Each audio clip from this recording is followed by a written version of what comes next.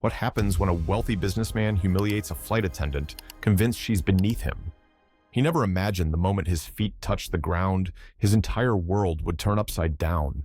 The person he disrespected had a power he never saw coming. The cabin hummed with pre-flight energy. Flight attendants securing last-minute checks, passengers settling into their overpriced seats, the occasional overhead bin slamming shut. It was routine, a rhythm. And Nicole Johnson, an experienced flight attendant, knew this dance by heart. She moved down the aisle of first class, her sharp eyes scanning for unfastened seatbelts or passengers who thought safety instructions didn't apply to their tax bracket. Everything seemed in order until she saw him. Robert Stanton, draped in an overpriced suit that probably cost more than her yearly salary, he sprawled in his seat with the kind of arrogance that made it clear he didn't just buy a ticket, he owned the airspace. Then came the moment she'd seen too many times before. Snap! A sharp flick of his fingers like he was calling a waiter in a cheap diner. Hey you, yeah you. Not even a glance her way, just raw entitlement dripping from every syllable. Why the hell did you bring me water in plastic? Do I look like a homeless man? Nicole held back an eye roll so hard it could have caused turbulence. Here we go. Sir, for safety reasons, we only serve water in plastic cups during takeoff. Would you prefer ice or room temperature? She delivered the line with her usual professionalism, warm, patient, unbothered. But Robert? He finally turned his head and gave her a once-over, a slow, deliberate scan from head to toe, like he had just spotted a bug in his five-star meal.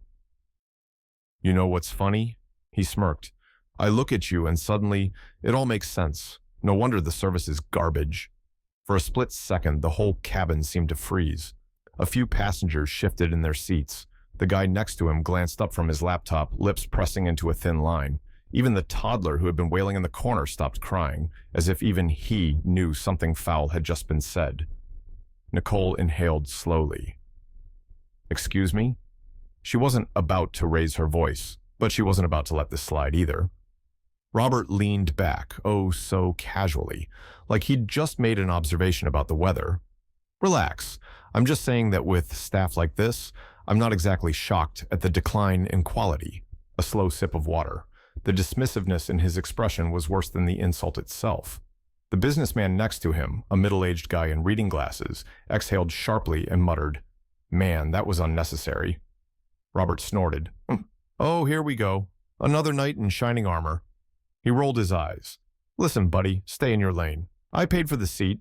I expect service that matches the price tag. Not whatever this is. His eyes flicked to Nicole for just a second, then away again, like she wasn't even worth looking at. Nicole's fingers curled into her palm. Every instinct in her body told her to respond, to put him in his place with a sharp-witted retort that would have the whole cabin applauding.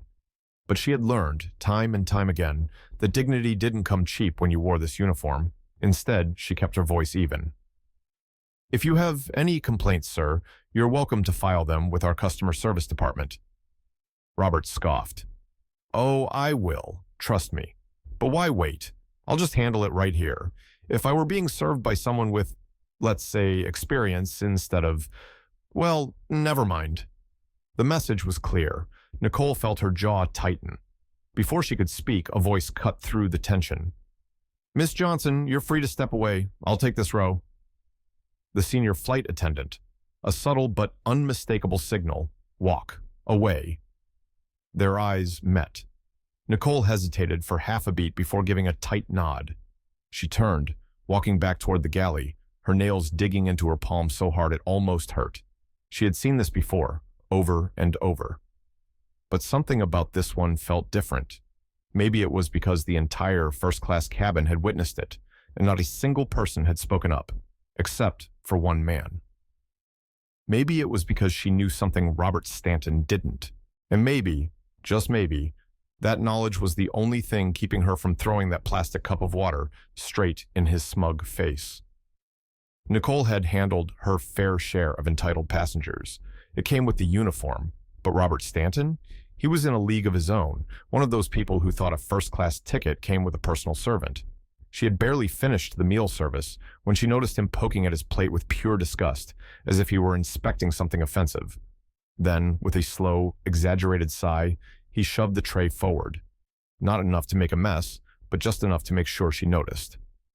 Just see. Yeah, I'm not eating this.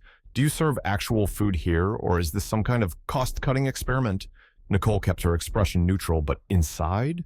Oh, she felt that one. A few passengers shifted in their seats.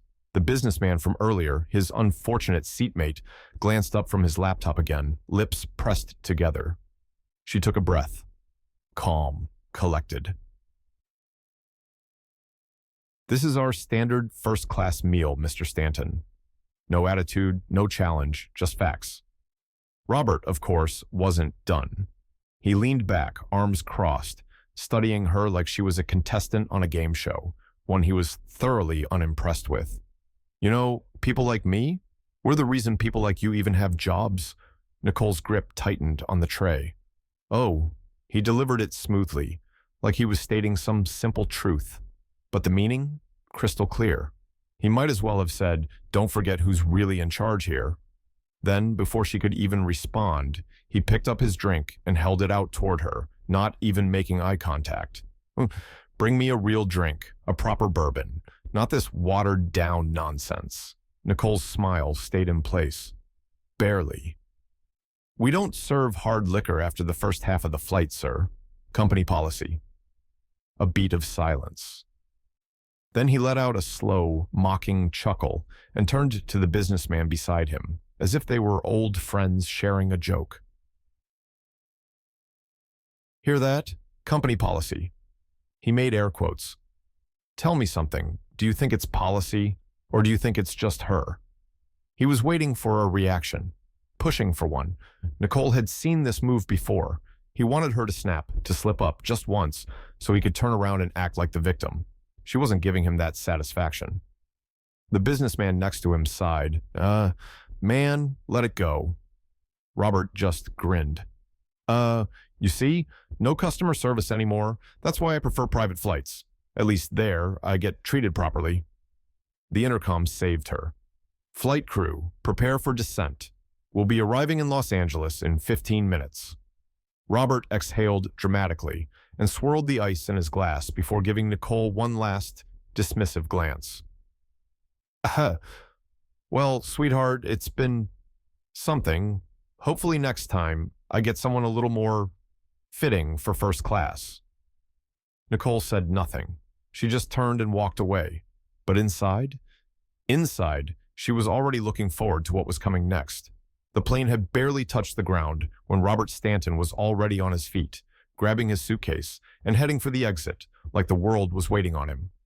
No thank yous, no nods to the crew, just a man convinced he was the most important person in the room. But today, reality had other plans. The moment he stepped into the terminal, a man in a sharp airline uniform blocked his path. Mr. Stanton? Robert barely glanced at him. Yes? What is it? We need you to come with us. The tone wasn't aggressive. It was worse, calm, firm, final. Robert narrowed his eyes. What's this about? The man didn't answer. He just turned and started walking, like it wasn't a request. Robert hesitated. For the first time all day, he felt something off. But with people watching, he wasn't about to argue. Not yet. So, adjusting his cufflinks, he followed. And then, he saw him. Standing in the center of the VIP lounge was a man who didn't need to raise his voice to be heard. Tall, well-dressed, commanding. And right next to him? Nicole. Robert slowed. Why was she here? And more importantly, who was this man? Excuse me, but who exactly are you? The man took his time before answering. Charles Johnson. A brief pause, then, just as smoothly, owner of this airline, and Nicole's father. Robert's stomach dropped. For the first time all day, he wasn't the one in control. Listen, I think there's been a misunderstanding. He forced a laugh, but it didn't land. Not even close. Charles's face didn't change. No misunderstanding. His voice was steady, too steady. You insulted one of my best employees. You disrespected her, and you made it very clear how you see people like her. Robert swallowed. Charles held up a hand. Not finished. And do you know what happens to customers like you? Silence.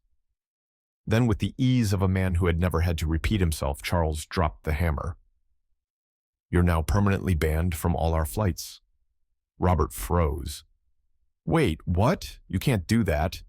He let out a short, nervous chuckle. I spend a lot of money with this airline. Not anymore. Robert's jaw tensed. He looked around, searching for anyone to back him up. Nothing. Even the security team barely looked at him. This is ridiculous, he tried again. I'll have my lawyers. You're free to do whatever you want. Charles adjusted his cufflinks, already done with him, but you won't be doing it on my airline. Nicole, for the first time all day, smiled. Robert saw it, and something shifted. He wasn't furious. He was scared. A security officer stepped forward. This way, sir. And just like that, Robert Stanton, who thought the world bent to his will, was escorted out of the terminal. As he disappeared through the doors, he shot one last glance at Nicole. No arrogance, no smirk, just the look of a man who had finally been put in his place. Nicole held his gaze for half a second. Then, she turned away, with dignity,